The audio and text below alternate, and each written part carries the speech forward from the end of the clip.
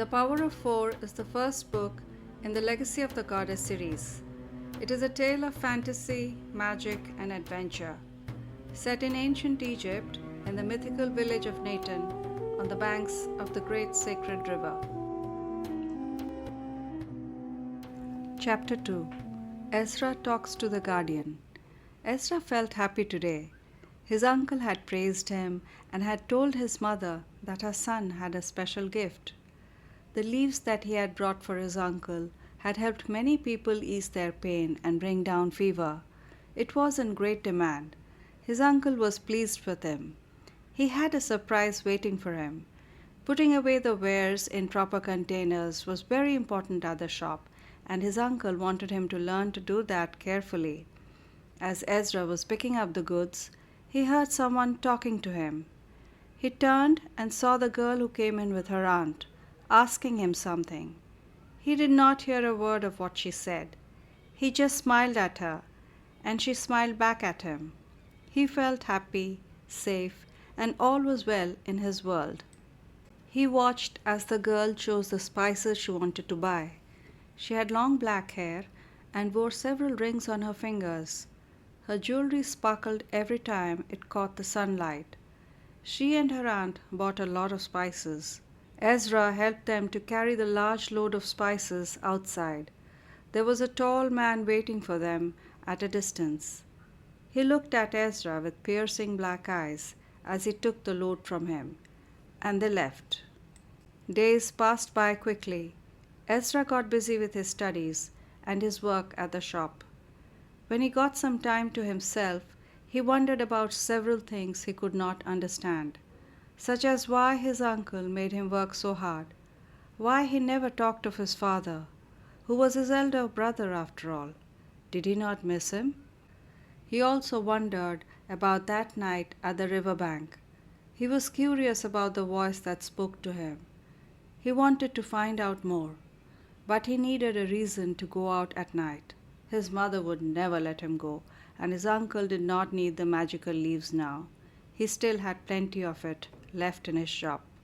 So he decided to go without telling anyone.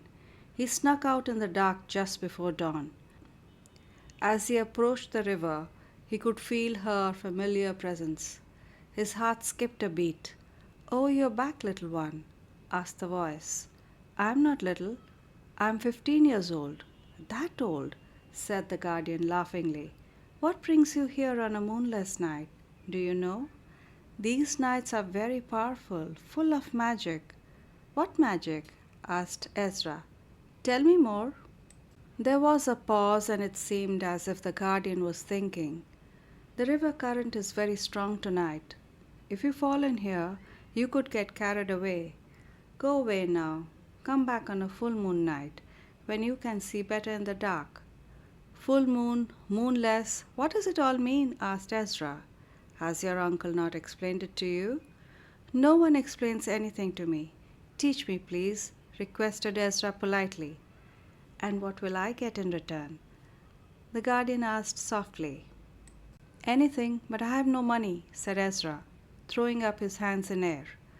"Well, I'll teach you, but there are conditions. Promise me that you will heed my call, that my waters are kept sacred. Grow plenty of papyrus plants on my banks. They keep my waters clean." She then continued, "All that was written about me in the ancient times has been burnt or destroyed. Share your stories about the sacred river with others. Teach them how to keep my waters clean and smooth flowing. Reverence for the nature is important. Humans are part of a bigger cycle of life. The river is kept clean by the life that lives in it. Sacred animals like frogs, fish, birds come to my waters and give it the energy and vitality it needs. Allow me to flow freely. Worship me like you worship your gods and goddesses, so that I may be alive and bless the land with prosperity, abundance, tranquility, and happiness. Do not dump waste like blood and skin into my waters. My waters hold many riches, but these secrets are revealed to those who respect me and take care of me. I am not an ordinary water body, but an ancient goddess in the form of a sacred river. I am the mother of these barren lands, who gives life to her people who live on her banks. Life is sustained on the land due to my waters. Ezra promised, and then asked, "What does it mean?" Heeding your call, Ezra was curious. "It means you promise to hear my voice when it speaks to you." The guardian said, "All magical rituals begin with intention. At the beginning, you form the intention, the reason you are doing it. The moment the intention is set, the ritual begins on its own. All you need to do is to follow your instincts. When a group of people with the same intention perform the ritual, it becomes a ceremony. When the whole land celebrates it, it becomes a festival. However, there is only one rule that magic never breaks. Whatever you do to others, the same is done to you. Make no mistake about it." The moon is a powerful force. It affects us in many ways. It causes high and low tides. It is our cosmic timekeeper. Our crops, our harvest, our rituals, and our celebrations all depend on the movement of the moon as it waxes and wanes across the skies, visiting each constellation. The new moon nights are potent. On these nights, the goddess energy is strong. It has the energy for starting something new, or even making the intention to start something new. It is a time when the veil is thin between the visible and invisible world, a time when our ancestors are near and can hear us. So we pray to powerful goddesses for strength and determination so that we get success in whatever we start on the new moon. So we pray to powerful goddesses for strength and determination so that we get success in whatever we start on the new moon. The goddesses are very powerful and can grant your wishes. This is the time when you plant a seed underground that has life inside it. But it is not seen yet, just like the new moon. The full moon is a time for illumination, coming to fruition when the seed that you had sown yields the fruits of your labor, a time for release, to let go of a cycle that is completed. It is a time when ascended masters bless their disciples. People celebrate festivals on full moon nights and thank the god and the goddess for blessing them with abundance and prosperity. They make offerings of the season's first harvest to them. "Now, tell me, is something troubling you?" asked the guardian. "Well, I feel that the herbs growing in my garden are doing poorly. The leaves are small and often turn yellow in color," said Ezra. He was tempted to ask the guardian about his father, but he felt she may not be able to help him. The guardian asked him to get a vessel that is round in shape and then fill the vessel with water from the river.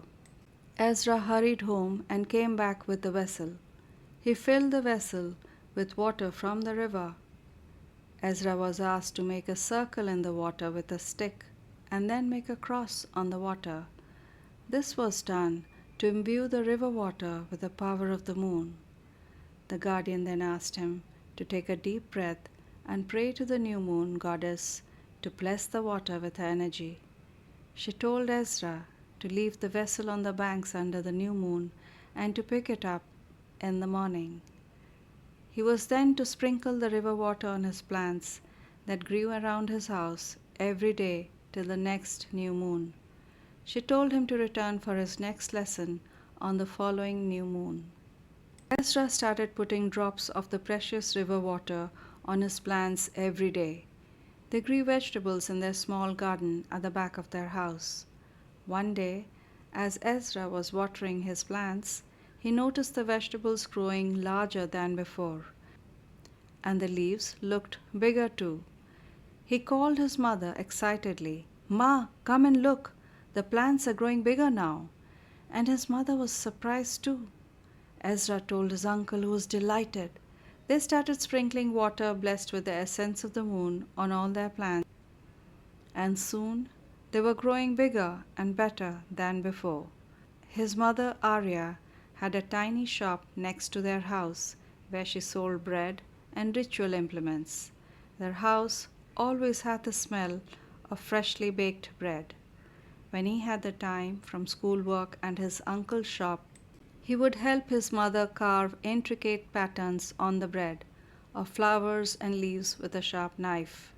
Arya, his mother, was a friendly person, and she knew nearly everyone in their small village by the river bank. People liked her honesty and superior quality of the breads she sold in her bakery. Almost all the women of the village would gather at her house for any festival or event, or if they needed healing. Ezra had never seen his house empty. There was always an odd guest or two, whom his mother would be taking care of or helping them in their pilgrimage. There were several sacred sites in the region that people visited. They often stopped by at Arya's place to rest, to recover, and be on their way. Their house stood on the route to these sites.